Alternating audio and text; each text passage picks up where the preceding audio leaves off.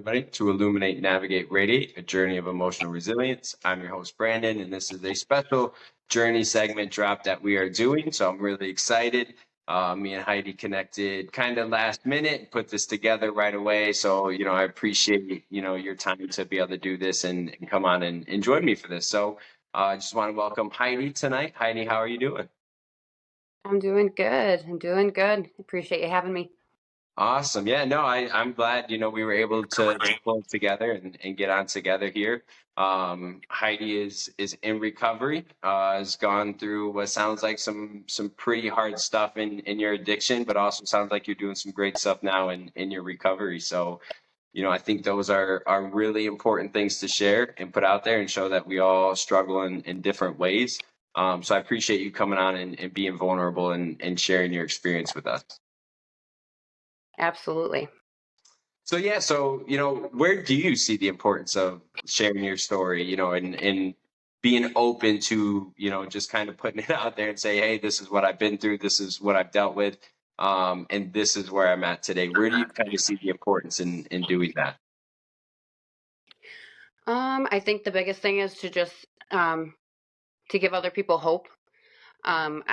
I've gone through a lot of stuff in my life. I speak mainly about my addiction and my recovery because it took up so much of my life. But along the way, it doesn't go to void out that I've gone through a lot of other things.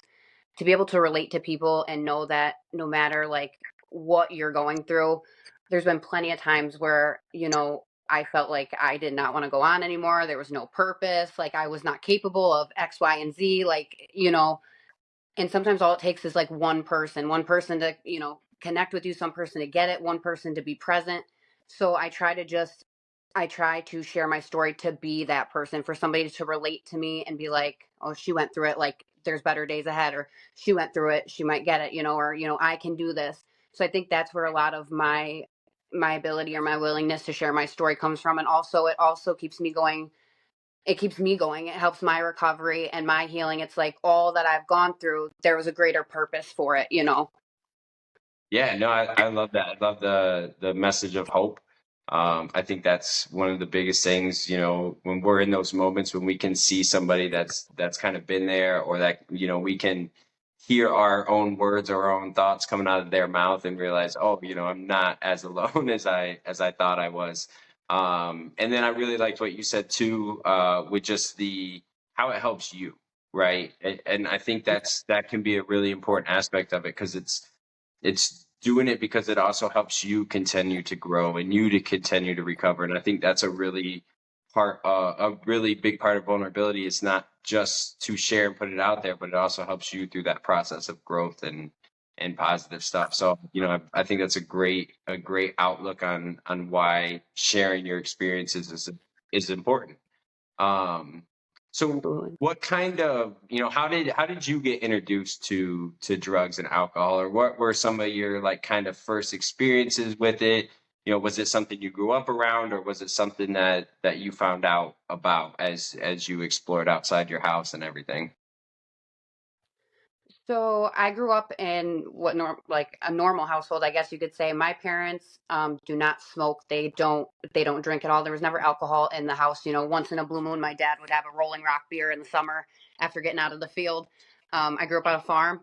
Um, I had one younger brother. Like I just came from a normal family. You know.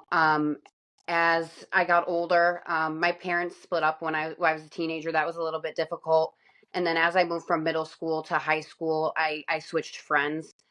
I just wanted to do what everybody else was doing, and that was, on the weekends, house parties and drinking and smoking weed and whatever else. And my focus completely drifted from anything that it should have. I wasn't in high school. I wasn't involved in academic sports. I didn't go to my prom. I wasn't focused on anything that I should have been. I didn't care about going to college after school. Like any of those things. I just wanted to party and have a good time. I never wanted to miss out on anything. Mhm. So it was always party, party, party. I don't really know how I got through high school. I didn't care for anything, my academics or anything. So my parents picked up on it rather quickly that I was hanging out with the wrong crowd. They were very concerned and they didn't really know what to do. I was beyond defiant. I was not listening to anything anybody was saying. My parents could ground me or take my phone, and it was like I didn't really care. It didn't phase me. So I first was just drinking and smoking weed, and my parents put me on pins, which is like juvenile probation, thinking that that would kind of like, tighten the reins on me and I shape up. And that was not the case. I was beyond defiant. I didn't care to listen to anybody. Continued to party, and then it transitioned into like, whoever brought cocaine to the party that weekend, that's what I was doing.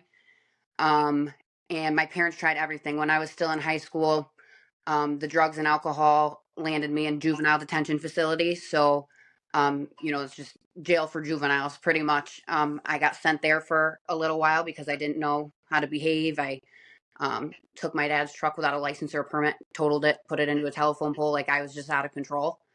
My senior year, my dad had sent me to a behavioral therapy boot camp in the Adirondack Mountains for 97 days, thinking that that would fix me. That was tough. You live outside in the elements for the full 97 days, and you don't know when you're going home or anything until you do the work and graduate the program. Mm. I got out, and it worked for a very, very short amount of time, and I just continued to party.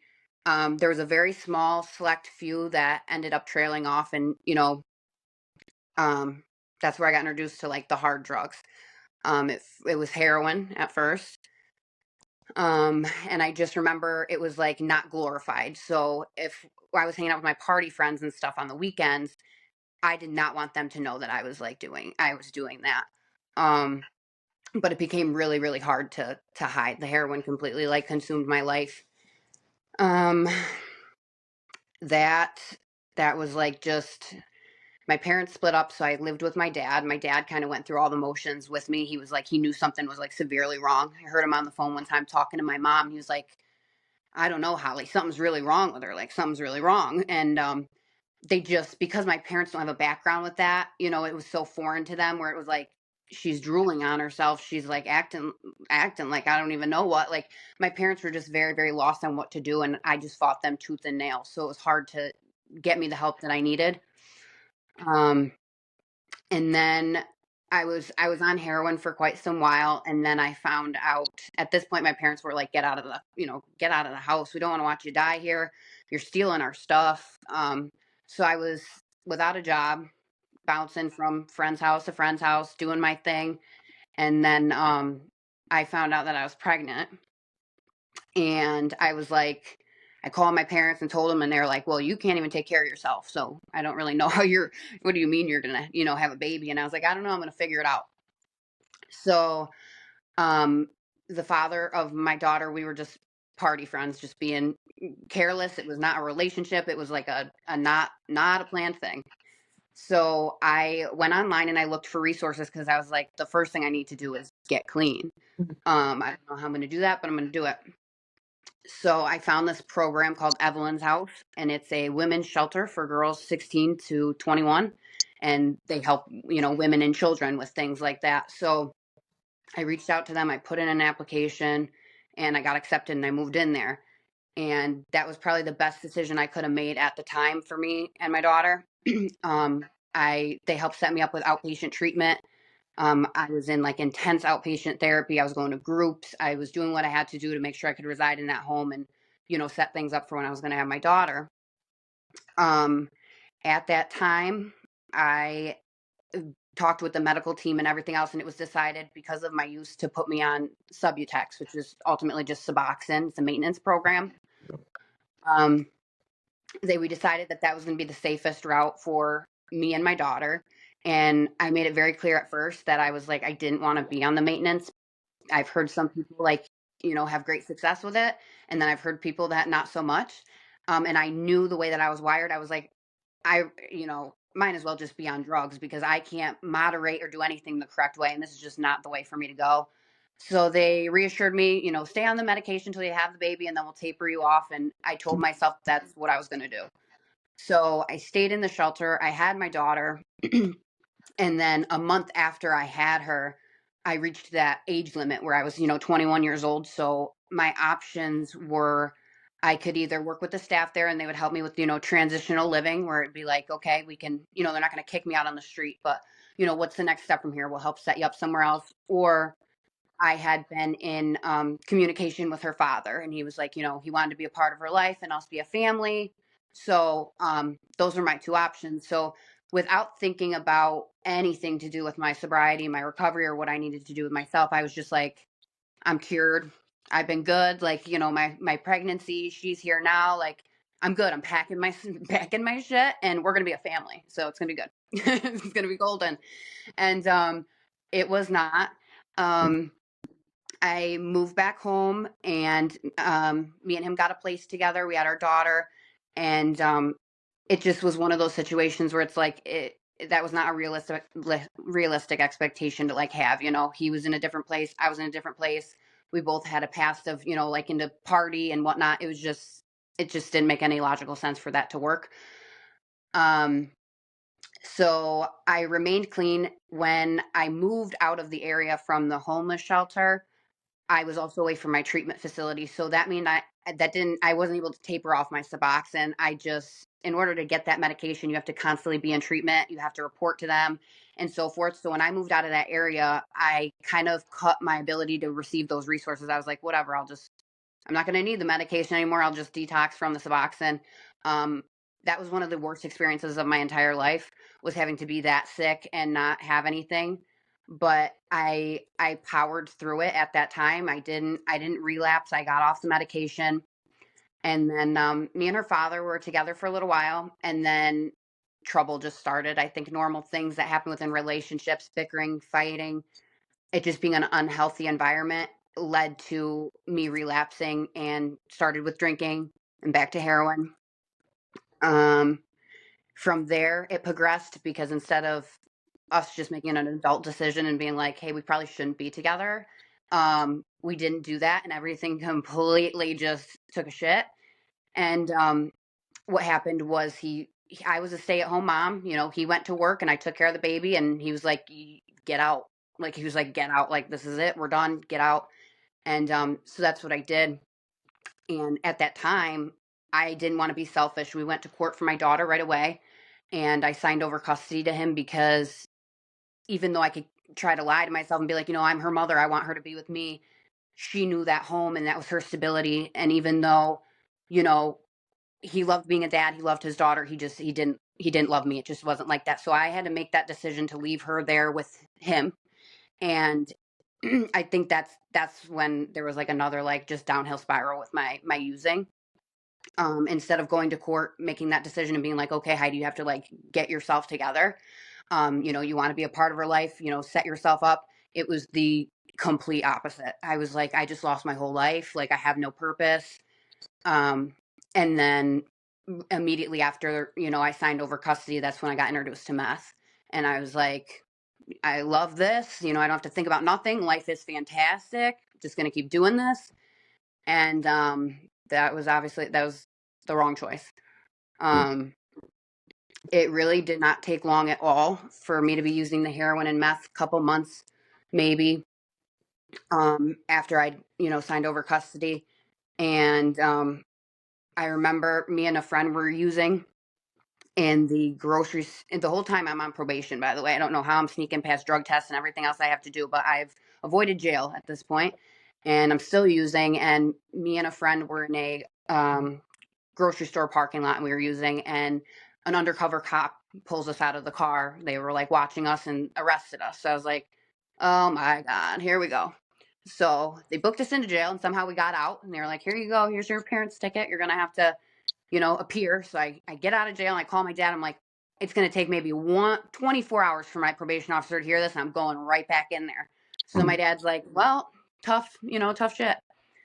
So I went back home that night, and I fell asleep, and I woke up, and there was an investigator in my bedroom, and I'm like, here we go. So came and got me, and brought me to, the station, and are talking to me, and they're like, you know why you're here? And I was like, no. So I said, is this because of, what happened yesterday in probation? He says, no, this has nothing to do with it. This has to do with, you stealing your father's belongings and pawning them. So my dad had actually additionally pressed charges on me for pawning all of his belongings in his house, obviously illegally at the pawn shop. So I was like, this is a joke. I was like, you've got to be kidding me. So, nope, wasn't a joke. I went to jail, and they said I obviously had to sit there until I saw a judge. I was sick as all high hell. They put you in what they call like strip. So I'm coming off of, drugs that can't be in general population. So you're butt ass naked in a Velcro turtle suit, they call it, and you got a metal bed and nothing but your little metal sink and everything, and they feed you through the door, and that's it. You just lay there and you're just sick. You're just sick. Um, I had to go through that and then, get myself together when I had to appear in court. And I was thinking, because no matter how much trouble I've been in the past, I was like, I still managed to avoid jail. So I was like, I'm going to stand in front of this judge and they're going to be like, see, you don't like being in there, and give me a slap on the wrist, and they're going to send me home. So I go to court, and this is actually the same judge. Like I said, I had accumulated a few drinking and driving charges, when I was a juvenile, and this is the same judge that I have gone before each week. So when they charged me with my OWIs and they gave me fines, I was like, I can't pay these. And he goes, I want to see an effort from you. So every week, every Tuesday when they had traffic court, he would make me come into traffic court. He goes, I don't care if you pay me $1. I want to see you here every single week making an effort to fix this. So I was like, it's the same judge that I see every week for traffic court. So I'm like, oh, he's gonna be pissed. So I go before him and I was like, sorry for what I did, but whatever else. And he looked at me and he was like, I'm revocating your probation. And he's like, you're gonna sit in Oneida County Jail for a year, Miss Pawlowski. And I was like, you are joking me. You're joking. And keep in mind, at that time I did have my daughter, so he would see me routinely coming in, on Tuesdays with my child. I was like, I looked at him, I go, I have a daughter, right? He goes, you're of no good use to your daughter right now, Miss Pawlowski. Enjoy your stay at the Oneida County Jail. And I was like, that was rough. That was really rough. I sat there for a year. Um, and I had to make the best of it. I remember getting back from court and sitting in my cell and counting the cement bricks, and I was just like, this is not really happening to me, you know? But I promised myself that I would do what I could. So, I mean, in the year that I was in there, I took every class that I could imagine. I took every course they offered, AA meeting. I was a trustee and, did laundry. I told myself I wasn't going to sit there and rot for a whole year. I did what I could. Um, and then when I was in there, it's like my mind did shift. I was like, I'm going to get out and I'm going to do right. I do not want to be back in here. And unfortunately, what I failed to recognize is, even though I felt like I was making changes and my mindset shifted, like, I caused a lot of harm on the outside. So when I got out, I was a little disappointed to, see that people had not just automatically forgiven me, even though I went and sat for a year. It wasn't like, oh, she's home. The people were like dreading that. They were like, Hurricane Heidi's back, and what are we gonna do? You know. So it was defeating.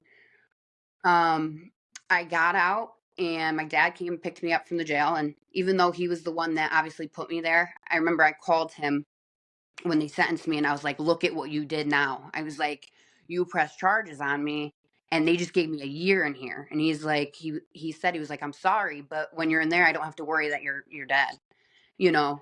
Um, and then the whole year that I was there, my dad was there every single Monday to come and visit me for 20 minutes. Not one single friend, not one person in the whole year that I was there besides my dad every Monday morning for 20 minutes. So at the time, I hated his guts, but looking back, that was probably completely necessary. And just another part of my journey.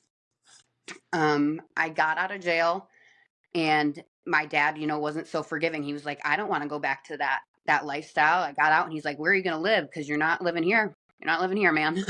you know.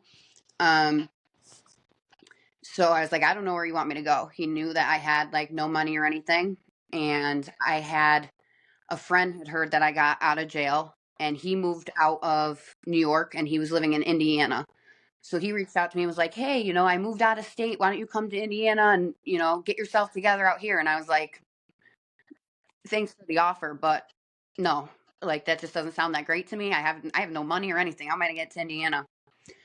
So he actually reached out to my dad kind of behind my back and was like, I got myself together. Why don't you send Heidi out here? She can stay here.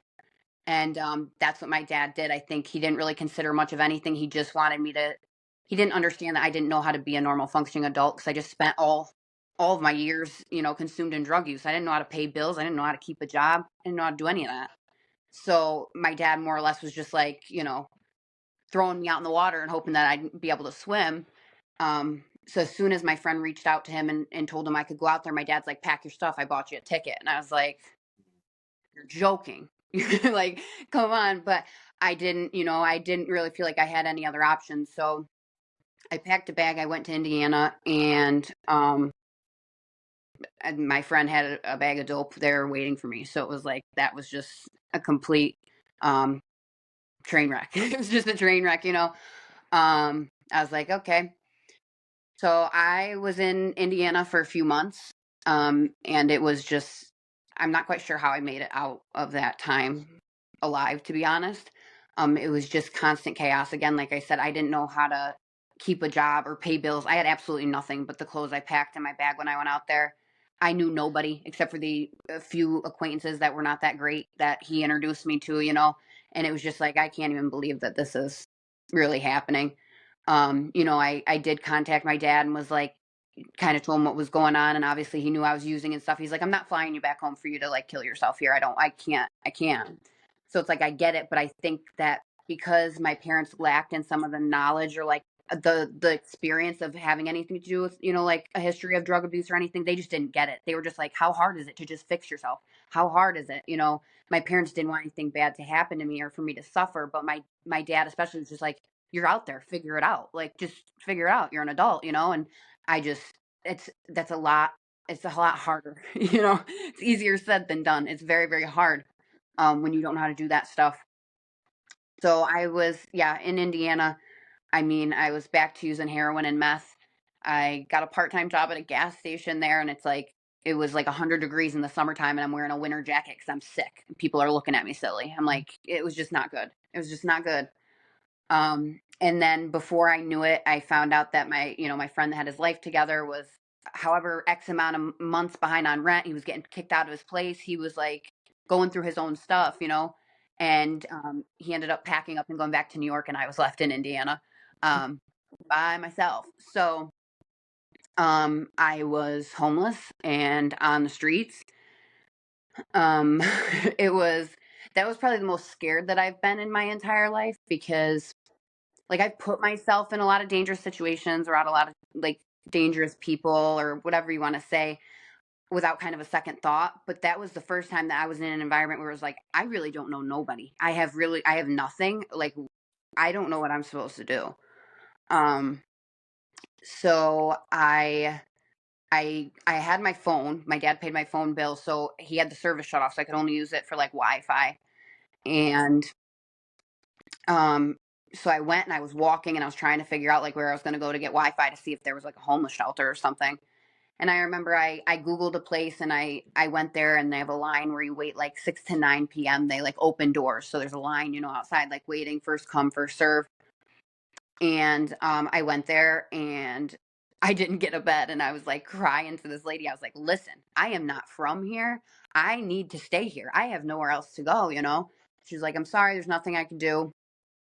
And this one gentleman heard me having a meltdown and was like, listen, you're going to be all right. Like, just stay with me. Like, I've been on the street for a while. Like, I'm not going to let nothing happen to you. And as much as like that should be a red flag, like, don't go, don't be with, strangers. I look back on my story and I'm extremely grateful for this individual because I really, in the amount of time that I was stuck on those streets, I wouldn't have been able to navigate them genuinely without him. I don't think because he'd been living like that for a while. It was like, he was the one that was bringing me food. He was like, we can go to the second floor in the hospital and get water. They have a water fountain there. Like, I really didn't know my surroundings or anything. Like, I really am very, very grateful for him because don't know what I would have done. So I was on the streets like that for a while. I would get Wi-Fi and I call my dad and I was like, can you like help me? Can you fly me back home? I got blisters on my feet from my Old Navy flip-flops and everything else. I was like, can you send me $5 like for a sandwich or some band-aids for my feet? Like just I was literally I can't even explain to you like the feeling of that, like having nothing and just being in that position, and my dad being like, I can't help you no more. I can't help you anymore. Um, and then I remember I was sitting there. We were in Columbus, Indiana, under a bridge. Me and my friend there, and he was still managing. He had a substance abuse problem too. So he's like, "Do you use?" I'm like, "Of course I use." So I don't know out of thin air where he was getting stuff from, but he'd be like, "Stay here. I'll come back," and he'd bring food or whatever else and our stuff. And then I remember one day sitting under this bridge in Columbus, Indiana, and I was just looking at the water sitting on the rock, and I was like, you have really done it, Heidi. Like, you have really done it. When you think of like when you grow up and you go to like, health class or drug presentations and dare this and everything else, and they tell you drugs are bad, and you think about what a drug addict is, it's what you are right now. Like, you're homeless under a legitimate bridge in a state with some strange man, and like, what have you done? Like, I just like really, really, really, really hit me. And I was like, I remember talking to God and just telling him, it's okay. Like, I know I made these choices, and I obviously regret them, but I wholeheartedly in that moment thought that I was going to die on the streets. I was like, it's all right. Like, um no sooner did I like just get done, in that headspace, and my phone that was shut off started to ring in my bag, and I was like, what the hell? So I look at my phone and I don't recognize the number, and I pick it up, and I hear this guy on the other side, and he's like, um, "Hey kid, how you doing?" And I was like, "I don't even know who this is." So I was like, "Who is this?" So he goes to tell me that his name's Brad, and he goes, "Your dad reached out to me." They had been friends through my dad used to travel a lot for work. And they had known each other over the years from, working together. And I didn't really remember him, but he says he remembered me from when I was younger. He's like, I remembered you when you were younger and stuff. Your dad reached out to me recently, and I just wanted to call you and just tell you that you're not alone. And I was like, all right. I still didn't know how to like feel about the conversation. And he's like, I'm gonna ask you one time, kid, do you want to change your life? So I was like, I don't know what the hell that means. He's like, I'm gonna ask you one time, do you want to change your life? So I was like, I guess. Like, I was confused because I didn't know if my dad like really filled him in on what I had going on or anything like that. So I was like, I guess. He goes, all right. So he's like, I'm going to call you back in a little bit and check in. So I was like, very confused. Hangs up the phone, and he calls back, and he's like, here's the deal. Do you trust me? And I was like, I guess, like I just had I guess. He's like, I'm going to call a cab to come and get you. I just want you to get on the plane. Just get on the plane. And I was like, I don't even know what that means. He didn't tell me where I was going or nothing. He's like, where's your location at? I'm going to call a cab, get in the cab, and just get on the plane. So that's what I did. I got in the cab. I got to the airport, and I was like a nervous wreck. Like, even though obviously there's so many questions, I didn't really know who he was. He tells me that he knows my dad and everything else, and it's not that I thought he was like some creep or anything like that. Like, I did truly believe he was who he said he was. I was just so confused, and I knew that I needed help. I just didn't know what to expect. I didn't know what state I was flying to or anything. I had been up for days, still on drugs, on the streets. I didn't know what to really think. And in my head too, I was still trying to make excuses. Like, when he told me to get in the cab and get on the plane, I know there's like normal rational thoughts that you'd like, worry about. But I'm sitting there and I'm like, no, maybe I'll call you next week and we can go over this, type of thing. Like, I have more important things to do. I was like not having it. And he's like, no, what else do you have to do? Like, we gotta help you. So I just remember the whole ride in the cab and then to the airport, I was just like, I do not want to do this. I do not want to do this. I went into the airport. I did the rest of my stuff that I had on me. I got rid of all my contraband because I was like, I didn't even like mentally, I couldn't even mentally like figure out what was going on, if that makes sense. I was like, you know, so I, go through check in, everything else.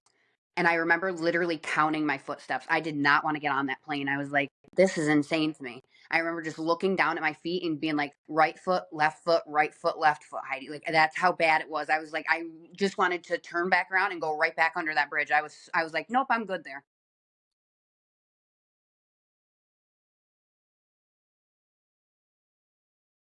And that was rough. I apologized to the lady I was sitting next to because I fell asleep on her shoulder. I probably smelled like a bag of hot garbage. It was just a rough it was a rough trip.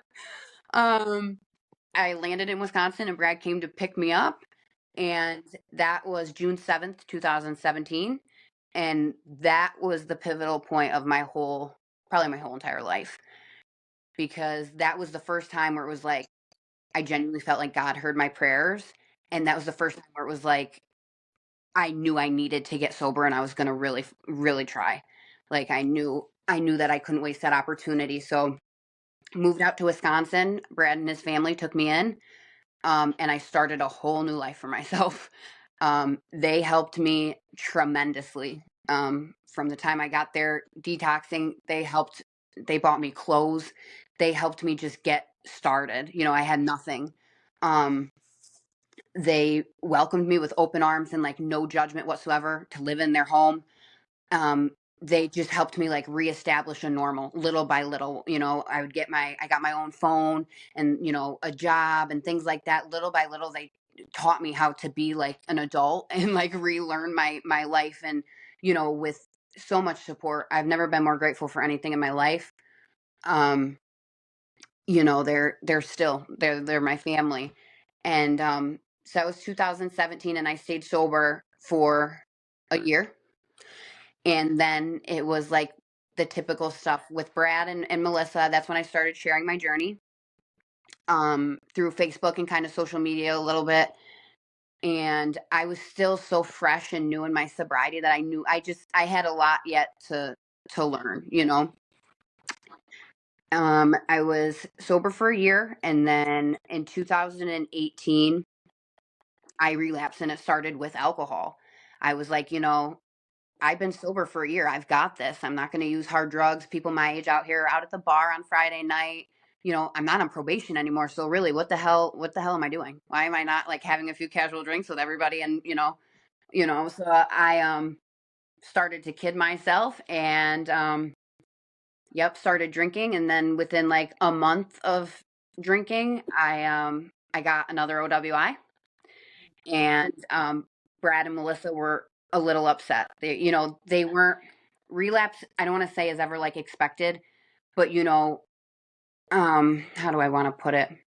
It's not that it's expected, and they weren't like mean or judgmental or anything like that. But it's like I could see the defeat on their face because I had just done so good where I'd come from and all the progress I made within the last year.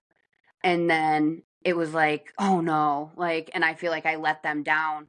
So as soon as I got that OWI, I was like, I just fucked it up. Might as well fuck it all the way up, you know? And I went back to using meth for a very, very short amount of time, like a month. And I was always honest with Brad and Melissa. That's one thing I've always said to them was like, I always appreciate the fact that I could be honest with them with whether I was doing good or bad or anything. And so when I relapsed, I did tell them. I was like, I was using, and they said, we're gonna get through this. You're tough. We're gonna go through the motions with you. Just do not bring that stuff in our house. Just please. Like they obviously don't use. They have, their two kids and stuff in the house. They're older, but still, just your stuff is your stuff. But please, just respect us enough never to bring that in our home. So I was like, of course not. I would never do that until I did. And it just so happened that that same day the police raided their house because they had been watching me and the individuals that I was with. And I had never felt so ashamed and like broken in my life as I did watching them like take me out of the house and watching these people that helped me. um and that just goes to show, I think, like the power that addiction can really have on you as a person and on your brain. Because like I know I'm not a bad person. I love them with my whole heart. I'm grateful for everything that they did for me and my recovery and everything else. And it was like they asked me for one thing, not that they would want me to use anyways, but they asked me for one thing. It was not to bring that stuff in their house. And here I am getting escorted out in handcuffs. And I was just like, you know what, Heidi, you are a scumbag. Like I was so mad at myself. It's it was hard. So after that, I had to sit in jail for a little bit, and I was like, you know what? They're not going to let me live with them anymore. And so I sat in jail for a little bit, and then somebody came to see me at the jail, and they were like, we're going to offer you treatment court. And I was like, oh, that sounds terrible. That sounds that sounds terrible. So they kind of like told me what the program was and stuff, and I knew that my two options were to sit in jail and do my time and make, no change, or just stay stuck in that, or to take the program and really like do it. And that's what I did. So it was in 2018, 2019. Um I went into the Taylor County Drug Treatment Court, and I did things completely different this time from when I first started using back in New York when I was on probation, and going to all these programs my parents sent me to. This time I told myself, I was like, I'm actually gonna like do it. I'm not gonna worry about using drugs and how I'm gonna pass a drug screen this next day. I'm not gonna like have them tell me to do this, go right, and I'm going left. Like, I'm just gonna do it. And that program was actually, even though it was very, very challenging, like the most beneficial thing I could have ever done for myself. And it was actually like very simple, even though it's very, it dedicates, you have to dedicate all your time to that. You're constantly going to groups, you're constantly going to meetings, you're constantly checking in. If you are serious about quitting and not using, then it's going to be fine. You just have to make that commitment. And all I did was listen to these people, my counselors, my probation agent, even if it made me uncomfortable and it was stuff that I didn't want to do. All I did was literally listen to them. And it usually it worked out in my favor. They'd be like, you got to go to a meeting and get a sponsor. And I'd be like, not my scene. Probably not. And then ultimately I broke down and I was like, what's going to happen if I do that? So I started going to meetings and I loved them, and I met some of my best friends, and I've had the same sponsor for, since 2019 now. So it's like sometimes you just have to break the barrier of being like uncomfortable. And, obviously I didn't have my life figured out. I didn't know what was best for me, even though I tried to tell everybody I did. All I had to do was like sit back and like let these other people that were offering help me a little bit and listen and be willing to make those changes. And it really, really it really helped me. So yeah, after treatment court I stayed clean for um probably, so I've been clean from hard drugs since that time. I graduated treatment court, and then got done with treatment court, and then I got into a relationship.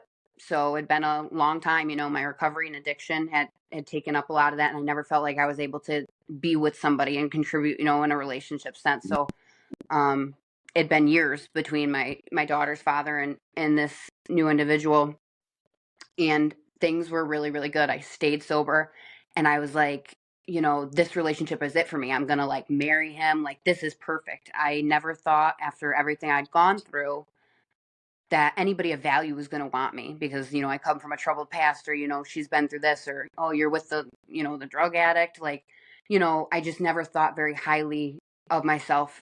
You know what I'm saying? So when it came to relationships, I think the way that I loved myself or viewed myself definitely reflected in the individuals I chose to be attached to.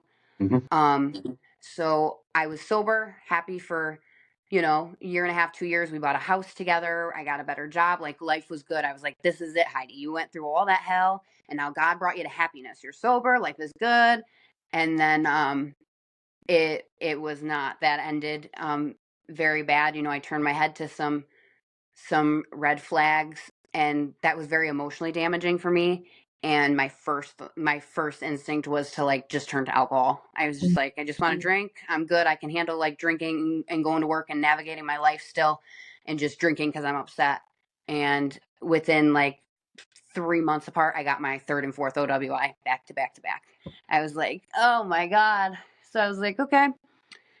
um that was really hard. I was like, I couldn't even believe that happened. And I was like, I'm going to prison. Here we go. Like, I'm going to be going to prison. So we split up, and I had to go, I had to start all over. We had a house together and everything else. And I didn't have too much saved up or anything like that. So I moved out. I got a 1-bedroom studio apartment above a bar in this rinky little town. I lost my license indefinitely. I had to sell my vehicle, and I had to walk to and from work every single day. I worked waitressing on the weekends, and I worked as a caregiver for, every single day of the week. I just worked and worked and worked until I could, I had to go to court and face the legal issues of my drinking now. And I was like prepared to just lose it all. I was like, here I am. I'm probably going to go to prison. I can't work, I'm going to lose everything. So I was very grateful when I went to court. They offered me a year of house arrest. They were like, we're going to put a bracelet on you and you can pay for it. And this way you can go to work. And I was like, I am not fucking this up. I was like, I am not. So that's really what I did. I stopped drinking. I told God, I remember I was like, right before court, I was so nervous. I was like, I cannot believe this is happening to me again. Like, just because of the alcohol, I was like, I'm really going to end up with nothing. And I told him, I was like, please, I will never drink ever again. If you don't, just please don't send me to prison. I'll never drink ever again. And, yeah, so they gave me that ankle bracelet and I was like, I'm done. I stopped I stopped drinking and I have been good. I have been good since then. I just walked to work every single day, got that stupid bracelet off. Still paying fines still to this day because those are a nightmare Mm. picking that up, but I've been clean and sober um, since then. And I've made strides, in my recovery. I still try to attend meetings when I can. I still have my sponsor. Because of treatment court, the judge there and the team that I worked with, they also recommended, mentoring, or they were like, have you ever heard of being a certified peer specialist, like helping other people with your story? And the more I got into my own recovery and my sobriety, I realized that was the route that I wanted to go. So I did start going to school for my, my substance abuse counseling degree, my certification for, peer specialist. I definitely enjoy helping people.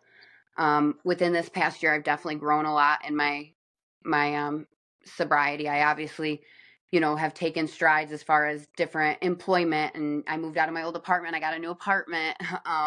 The longer I'm sober, it just has given me more opportunities to do better for myself. Um, Within this past year, working and taking care of everything that I did and staying sober, um, I had met, so I just had my other daughter when I broke up from my ex there. I took some time to be by myself and I really did. I isolated. I really didn't want to be around people. I didn't want to, I just worked. And I found out in the midst of healing from him, a few choices were made, and you know, trying to heal that heartbreak or whatever else you're trying to do, and I found out that I was pregnant, and I was like, this is not happening to me again. Like I'm gonna, be by myself and do all this stuff, and I was like, whatever, I'm gonna do it. At least this time I'm sober. At least this time I have a job. It's not that bad. It's not that bad. I'll figure it out. So I prepared to just, go about my life and figure out how I was gonna, have my daughter. And then Nick had come into my life. So I met him back when I got in trouble when Melissa and Brad's house got raided. I was going to outpatient for treatment court, and he was also going to outpatient services there. So we'd run into each other. We'd been mutual friends, just small talk here and there. So when I found out that I was pregnant this time around, he reached out to me weirdly enough and was just like, "Hey, how have you been doing?" And he just wanted just friends talking here and there, and he also struggled with mental health and substance abuse. So I try to be very it's one thing to want to help people and do that, but you also have to set your own boundaries to take care of yourself. I'm not, based on my track record and everything else, even if it's innocently, I try to make sure that I don't put myself in environments that are going to be triggersome, or somebody else's problems are going to be right back on my plate. So I was very cautious with the situation at first, and we just kind of became really close. We did start hanging out, and he came over, and I kind of just laid it all on him. I was like, listen, I just found out I'm pregnant. You don't want nothing to do with me like that, okay? You just don't. He's like, no, we're friends. And living above that one bedroom apartment, in my apartment, I didn't really have much. I had no washer and dryer, so we were walking to the laundromat every day doing clothes, and you know, but we relied on each other for a lot of stuff. Like when he was with me, he was focused on his sobriety and recovery. Like we kind of just, supported one another in a lot of ways. Um, so that's just what we had going on for a little bit, and then September came around, and I was super excited because I was like, the baby's gonna be here soon, and we lived together, and I got the opportunity to finally get us out of the old place and get us into a brand new apartment. I just got a new job opportunity where I could work remotely, and I was like, yeah, like everything is falling together. We're packing up, we're moving to the next town over, we're gonna be good. I was so excited, and we moved into this place on September 1st, and I didn't know that 16 days later Nick was going to take his life. So that was also like a pivotal point, and not over, like, my life has been completely altered since then. But I think that with losing him, that also showed me like the strength that I've gained, and also like the milestones I've hit with my recovery, because at any point in time, if I was going through emotional turmoil like that, my first instinct would be to go back to drugs or alcohol, because I would never want to like face that shit. I don't want to feel that shit, none of it. And when he passed away, even though it's been very, very hard to navigate that grief in a completely different world and things that I have to deal with, um, I knew immediately when that happened. I kept telling myself, like, you have to be strong. Like, you have this baby, you have come like way too far. Like, he wants you to be strong. So that is like a huge, motivator in what I do. After he passed away is when I created like my website, Celebrate You. um, I started that platform as a way of like healing for myself, obviously, but making a point to, that's when I really started to vocalize and share my story with everybody, because when he was here, he always encouraged that, or he always, looked at me like I had all the answers. He'd be like, well, you went through this, like, what do I do? Or I feel this way, I know that he would be very, very proud. And I also feel like because his life was cut so short, that it's a way for him to live his life still like through me. Like all the things he never got to do, or the things he should have done, and things I know that he should have accomplished. And he's not here to like do that anymore. It's just a way of like carrying him with me always. So that's why it's important for me, to do that. I speak on a lot of stuff on my website. I have you know, an educational and inspirational blog that touches on everything. That's, stuff I've gone through with addiction and recovery and grief and mental health. There's everything that I still use to this day, my journals that I use, or, how I go to meetings, like everything that has just worked for me through my recovery. I talk about, you know, um, things like that. And I just, I put his picture up on my website and stuff, because I feel like that just is what carries me through and gives me strength to keep going and doing the things that I've been doing lately with my recovery. Yeah. Wow. Yeah, I know. Been a story, huh? Yeah. No, I mean, first off, I just want to say, like, how inspirational that is from, hearing some of the different, like, what people would probably call rock bottom moments that you faced, and you then fall even further, after some of those, or hit another major bump, or relapse, and hitting all those obstacles in your recovery. I think that shows just like how resilient you are, and that is like super inspirational, that you didn't, obviously you kept going at maybe you felt like you did at times, say, oh, I give up, I'm not going to do this anymore. But obviously where you're sitting now, there was something in you that kept pushing you through a lot of those tough moments. And so that's really inspirational to hear, not just like what you've been through, but what you've been through, and then to be where you're at today, and not only in your active addiction, but I'm so sorry for your loss. Just like hearing that, and I felt that when you said that, you know, losing people that you care about and love is I struggle greatly with grief and death, and I don't handle it well.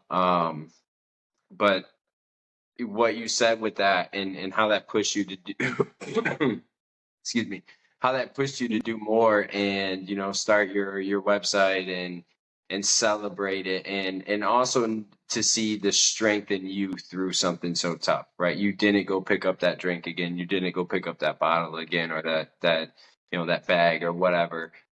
You were able to use it to keep pushing you forward. And I think like that type of stuff is so inspirational and so powerful. So I just want to say, like, it's amazing to hear all that, and then be able to sit here and talk to you about it, right? Not everybody's so lucky to be able to talk about their story and share it, and I think when you can share something as powerful as that, like, damn, that can, there's so much that, I mean, I could relate to a lot of what you were saying.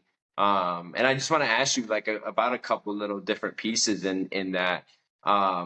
Just like when you first started using, did you fall in love with it right away? Like, was there something that you felt it took away from you? Because I know for me, like when I first started using and drinking, it was a lot of like, oh, I feel less self-conscious. I feel like all this like I didn't know what at the time, but the mental health stuff I was dealing with, like that all went away because I was numbing myself and like all that type of stuff. Was there something about it that you just fell in love with right away and like kind of kickstarted your addiction with it? Yeah, absolutely. I think very similar to like what you said. At first, it it helped it helped my mental health, like certain social anxieties and things like that. Um it helped that, and I guess like just the feeling alone when I wasn't all twisted up and stuff, I felt like I didn't enjoy life. I was just like, this is like not it for me. I always felt like I had to uh, be on something, or like I just saw the world in black and gray for the longest time. It was like, I couldn't really imagine just like being sober. It was just like, this is it. Like, it was a struggle. Yeah, no, I feel that. I like the wording of that. Of because it's so hard to explain how I felt like back then, um, especially because mental health wasn't as talked about as it was, so it wasn't really something I was aware of. That's how I felt. Like if I wasn't doing drugs or drinking, like I just felt like, what's the point? There was so much like just inside of me that didn't feel right. The way I saw life, the way I felt about my life, it was really weird. It's the best way I can put it at a young age. And so when I started using it, it was just like, oh yeah, I love this because I don't worry about any of that now. Everything's fun, at least in the beginning, right? And then I Right. also want to ask you, was there a reaction from your parents the first time they found out? Maybe not necessarily the drinking or maybe smoking, but the hard drugs. Was there like do you remember a reaction or a response to that? So it was after I started drinking and smoking weed, and I just started doing cocaine, and my parents had just recently divorced. So me and my brother were living with my mom, and my dad was on his own. And I had a bag of blow in my purse, and I was waiting for my friend to come pick me up, and I left my purse in my bedroom, and I went to use the bathroom, came back out, didn't think anything of it, grabbed my purse, left with my friend, and we didn't even get down the road, and she's like, "Oh, pull the stuff out, let's do line," and the stuff was gone. And I was like, "What the fuck?" So I went back. I go, "Bring it back to my house." My mom is in the bedroom on the phone with my dad with the stuff in her hand, and I was like, "It's crushed up ibuprofen. I don't know what you're talking about. Give me it." And she's like, "That is not this." And that was the day my dad came and picked me up, and I lived with him ever since. My mom was like, she's like, "I can't deal with this shit." Like, well, I don't know what that, it wasn't ever really, again, I just feel like they thought that they were so out of control, and I was beyond defiant where I wasn't even going to listen to anything they had to say, anyways. And my mom was just like, "I can't have this in my house." So my dad kind of tackled it from that point on. He came to the house, and I was like, "I'm not coming with you." He threw me over his shoulder, and he's like, "Yeah, you are." And that was kind of the first moment. And then from there, it was like when I lived with my dad's a farmer. He's very, very busy, and I use that to my advantage. He Oh can't be with me 24/7. He's tired. He comes home for his meals and stuff, and it was like I have free reign of this place, like, and it wasn't intentional, but they could only put so much focus into me. I'm supposed to be like an adult, and my dad would see it in the time that he was home and stuff, and I know that I was always the topic of conversation, and him and my mom would talk. My dad would be like, oh, my dad would get so mad if I was sleeping on the couch and stuff like that. He'd come in and be like, "What are you doing with your life?" Like, they just didn't really know what to do. They just really didn't know what to do. Yeah, no, that hit home, I think, to me with you talking about that because my parents they didn't drink. I mean, I think they drank a little bit when they were younger. But when me and my brother's about a year and a half older than me, when we were born, I don't remember there ever being alcohol in the house. They didn't smoke, they didn't do anything of that. They didn't get into hard drugs. And me and my older brother both got into that lifestyle, and I saw that like. they just had no idea. They didn't know how to handle it. They didn't know what to say. I remember the first time they found my like little kit, you know, with my spoon, my needles, my tie, all that. I had it in like a deodorant bag, and I had walked out or I had left for a little bit, and my boxer, I had a dog, and she was my first like baby, and she pulled it out. She brought it, she dropped it right in the middle of the living room, and my parents found it, and my dad was just like, you know, what is this? And I'm like, yeah, it's mine, this is what I'm doing. Like, yeah, I didn't know. I was just like, you know, fuck it, I'm just gonna own it at this point. And there, my dad was just like, I wish you were gonna tell me it was somebody else's. Like, he didn't even know how to handle that, you know, in that moment. And I feel for my parents and what I did, and what I put them through with them, especially not. And I know they beat themselves up for it a little bit. But like you said, you when you're an addict, you learn to take advantage of certain things, right? Your dad was gone all the time. My parents were busy. They were starting fostering kids because me and my brother had moved out already.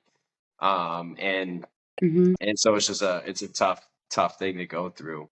Um, and then another thing I wanted to ask you about was the, you know, being under a bridge. And because to me, when I talk about addiction at times, I think that's like, especially when you're, especially Dare, that's kind of like what was painted as a picture for us, right? As they were teaching us that drugs are bad. It's like, you don't want to end up Mm-hmm. homeless under a bridge.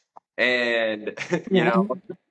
know, and they paint that picture of an addict in your head, and we never see ourselves becoming that until we actually do become that, and having that moment of realization. But what was, you know, I know how you kind of said that, like, and you hit on that a little bit, but when you like kind of had that realization in that moment, how powerful was that for you? It was very powerful. I sat there and I just remember telling myself, like, all through my addiction, I had moments of defeat and stuff, and being like, oh, I wish I could do better for myself. But in that exact moment under that bridge, I thought about like everything. I can't even really explain how my emotions were. I sat there and I thought about my daughter, growing up and being like, people being like, oh, where's your mom? And her being like, my mom's a drug addict. My mom's dead. Like, I just went through the most, like profound emotions sitting under that bridge, because it was like, I genuinely felt in that moment it was unfixable. Like, I had no more resources. I didn't know where I was. I had no money. Nothing about the poor homeless guy that was keeping me company and keeping me alive. But I was like, I'm with a strange man under a fucking bridge. What am I gonna do? There's no up from here. I have nothing. My like I said, I hadn't bathed in how long? I was starving to death. I had, holes in the sides of my feet from walking around. I had Old Navy plastic flip flops, just like holes in the bottom of my feet, and I never have felt like I was just completely and utterly defeated. I remember just sitting there and being like, this is really it. Like, I'm going to really die out here. And I was, even when you use drugs and stuff, heroin's bad, meth is bad, overdoses exist. You watch friends pass away, and it's like, it's still not enough where it's like, that's going to happen to me. It's like, that's a part of the life. Like, it's sad, you get through it. You know what I'm saying? Like, the possibility of death is always there every time that you use. But that was the first time sitting there where I really had to accept, like, this is the route you chose, Heidi, and now it's unfixable. It was like just a complete moment of like absolute defeat, and I had to sit there and take accountability for it. It was the first time that I didn't say, fuck my mom, fuck my dad, fuck my daughter's father. I blame probation. It was like, you did this and now you can't fix it, man. You're sitting under a bridge and this is it. This is what you made your life. And I was just like, it was just the most emptying, like heart hollowing, saddest, most painful moment. I will never forget. I will never forget that. I won't forget it. Yeah, and I think that's what makes it so powerful, right? It's those moments where that realization really hits us, because like you said, living that lifestyle, especially when you're messing around with heroin, meth, or any of that stuff, it's like, that possibility is there every time. Every time for me, every time I shot up, because I didn't even know what I was shooting up. Sometimes like it didn't look right, or somebody I didn't, somebody could have just like changed it up on me or whatever. And my moment, I was in like 3 feet of snow and laying on my back and just looking at the sky like, oh fuck, what am I like? Where am I? What am I doing right now? And that was my first night in rehab. I broke out at like 3 in the morning because I just like I felt like I was going crazy. I didn't really want to be there, so I wanted to go do it. And I only made it like 20 feet before I just ran out of energy and fell in the Mhm. snow. But I had that, those moments of like, do I want to go die right now? Do I want to go? Because that's where I'm going to go. If I keep doing this, this is how I'm going to die, just laying on the ground and Mhm. nobody's gonna find me till the next morning. And having that real thought was like really what kickstarted me into like, all right, I gotta try. I gotta like, like kind of you talked about that mindset shift when you really take one of those programs seriously, or when you really put that true effort. Because I know I put Mhm. in effort at times for different things, but that was just because I needed somebody off my back, or I needed to pretend and show somebody like, oh yeah, hey, I'm doing better. Now I need I need a place to stay and I need some money and like just to get what I needed Mhm. out of that situation. Um, Yeah. and so those are really powerful moments. And then one more thing I really wanted to ask you about was like you had I don't know if wording it the exact way you did, but you said like around that time where you were staying at that house and they came in and arrested you, raided their house, arrested you, and you were like, I knew, or I felt like, or I knew I wasn't a bad person, but like you're looking at yourself and you broke the one rule that they asked you not to, and so you felt like shit. And was that Mhm. yeah, whether it's now, early in recovery, or even while you were using, did you go back and forth, or did you have that internal battle of, am I just a bad person? Am I like this shitty person? Or am I actually a good person that's just like in this world of mess? I mean, I guess I went back and forth a little bit. Like I genuinely knew I was a good person, but like I said, I was so mad at myself because that's like I said, that's how I knew addiction was so powerful. It's not like I wasn't, conscious to make my own decisions. I knew what I was doing. I knew that they asked me not to bring that in the house and I was just, being careless because like when I was using, I gave a shit about them. I love them to death. I appreciate all they did and, I'd give my shirt off my back for them. But when it came to my drugs, like it was in my shirt. I'm not taking it out of my shirt. You know what I'm saying? It's just, that's how powerful it is. It's like, I know I'm not a bad person. I know I care about them. And I was hoping I tried to just when I got in trouble, I tried to look at it from their perspective, and I was like, if I were them, I would fucking hate me. So now I hate me. But I knew that I didn't mean to hurt them. But trying to sit there and look at them and be like, I didn't mean it, is like I'm not even gonna waste my time doing that because it's like, you know what I'm saying? Um, it's just a sad situation to be in. But luckily, like I said, for me, and as an addict too, I almost expected them to be like, you can't stay with us anymore because it's like, okay, if they let me back into their house, it's like, well, I did that once now. What's stopping me from doing it again? It's so hard to try to help somebody that struggles with that stuff because it's like, where is the line there? They didn't want to kick me out and see me back on the streets, but they asked me not to bring that stuff in their home. They don't want, where's the line there? And I just, decided after I was able to get out of jail and do treatment court, I was like, I cannot do that to them anymore. I cannot do that to them anymore. And also, a piece that came with that was, when I moved out and first got sober out here, Brad did publicize that I was sober and people followed my journey. And now I fucked up. And I was like, now I got to tell all these people that Heidi did a typical drug addict thing, and all the faith that you guys had in me, I just flushed down that toilet because I fucked up. I fucked up, and that was like a hard thing for me to do. Was like, sit down and I wrote like a blog post about it and posted it on my social media and was just like, this is what it is. So just give me some time to get back on my feet and do my own thing because it was a lot of pressure too. I was very grateful for the support I received. It was a very beneficial thing to share my story, but at that point in time, it just came with also like other things, people that weren't serious about their recovery reaching out to me and, oh, there's more resources. I'm making reservations in my brain and stuff, Yep.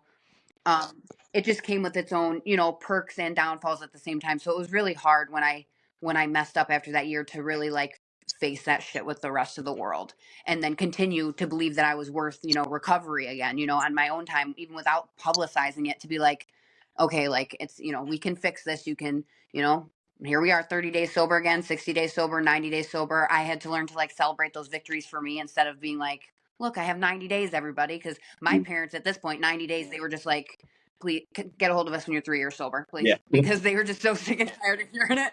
It's not funny. Yeah.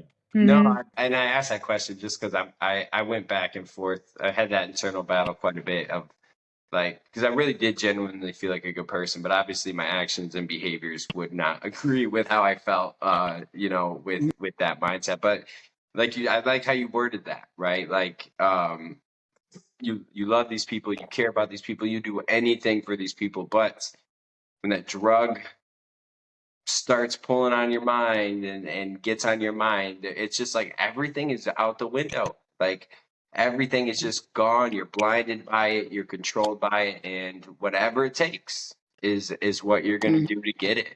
And that's how powerful it is that it will take, probably the best of people and cause them to do the worst possible things at times in life. And I think that can be a really, or at least for me, it was a really tough thing kind of going back and forth and really having to look at, analyze certain things of just what happened, and then just kind of give myself like a little bit of self forgiveness and like, yeah, okay, like this is the thing you did, but you're trying to do it more. You're trying to be better, and you're actually backing that up. So I like that you said that with the 30, 60, 90 days where we're happy about it and we want to say that and celebrate it, but there's certain people in our lives that either seen it or heard the lies before, or they're sick of it and they just want to say like, yeah, like keep going, keep going if you want to keep gaining that back. um and so it's just like, yeah, your story is so powerful in that sense of everything you've been through addiction, uh, after addiction, active addiction, relapse, losing people, being in jail, having a kid while while you're using, and like just all these things that make everything so much tougher, right? Like it just adds another obstacle, adds another challenge, and yet that's what you're doing today, right? You're able to sit here and share it, and that is what is even more powerful than addiction to me is being an example and saying it doesn't matter, where you're at, you know, how many times you've messed up, how many times you relapse, how many, what the obstacles you're hitting in recovery, you can stay clean and keep going. And I think that's your real testament to that. And I think that's a really powerful thing, that you're able to do with that. Thank you. I appreciate it. Yeah, I think that's when I share my story, or that's the main message I try to tell people. Like, I don't even speak today as of like, I'm sitting here and even though I'm sober, like life is perfect. Like life is Oh. not fucking perfect. Um, but I think it's important whether your choices or your life is difficult because of like self-inflicted choices, in situations, or whether life just gives you a tough hand. No matter what circumstance or situation you're dealing with, there are certain elements that are in your control, and it's up to you to realize that you have the power to do what you can with those things, whether that's grief, mental health, substance abuse. Little things matter, and the things that are in your control, I think it's very important that you realize that you can make the best of it. When I sat in jail, did I want to be there? No. Am I getting out? Also no. But, what am I going to do in there? Am I going to get through my days the best I can, or am I going to take the classes they offer? Am I going to wash some laundry because that's a productive thing to do, or am I going to go and continue to use and hang out with thugs in there and really, put myself in a worse hole? Like I couldn't change the situation, but what are you doing with it? You know what I'm saying? There are certain things I had control over, and I try to apply that principle with everything. Everything with Nick's passing and stuff too. I can't bring him back. There's emotions that I have to go through there, but it's like I want to still do what I can or can control to, carry him with me, make it a positive, and do things that make him proud. I try to go about every struggle and situation with that mindset. And the more I do that, the next time a hardship or, a challenge comes along, it makes it a lot easier to bear because it's like, I already went through this shit, like I made it out. So even though today seems really, really shitty, it's going to be fine. Like it's going to be fine. It's going to be fine. Yeah. So I think that that's what I try when I relate to other people or share is just like, no matter what you're going through, like it's going to be fine. It's gonna be fine. Yeah, no, I love that because it really is. Because I've made some mistakes, not using that I did while using, and that was besides using drugs, besides going back to drugs, but some of the bad behaviors that I got so used to that were just second nature. And that's what I've had to work on. It wasn't just about getting off drugs, but it was about, you talked about this too. It was about just being an adult, right? Like just being a person of society and learning how to do all these things that I just never Mm. focused on growing up or entering my adult years.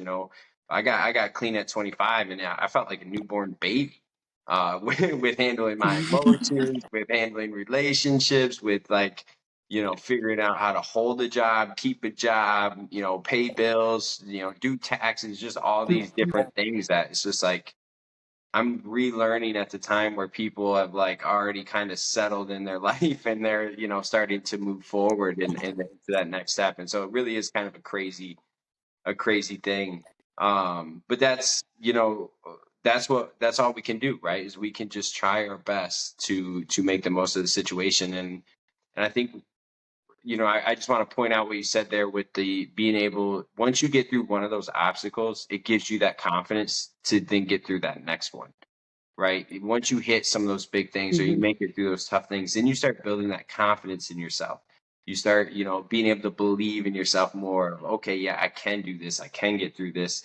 And it keeps building you up. And then, it shows. It shows when you're able to have these talks or these conversations that like you are building that belief in yourself. You're able to do these things. You're able to share your story in different ways, whether that's through your website or your Instagram or whatever it is that you're sharing that on.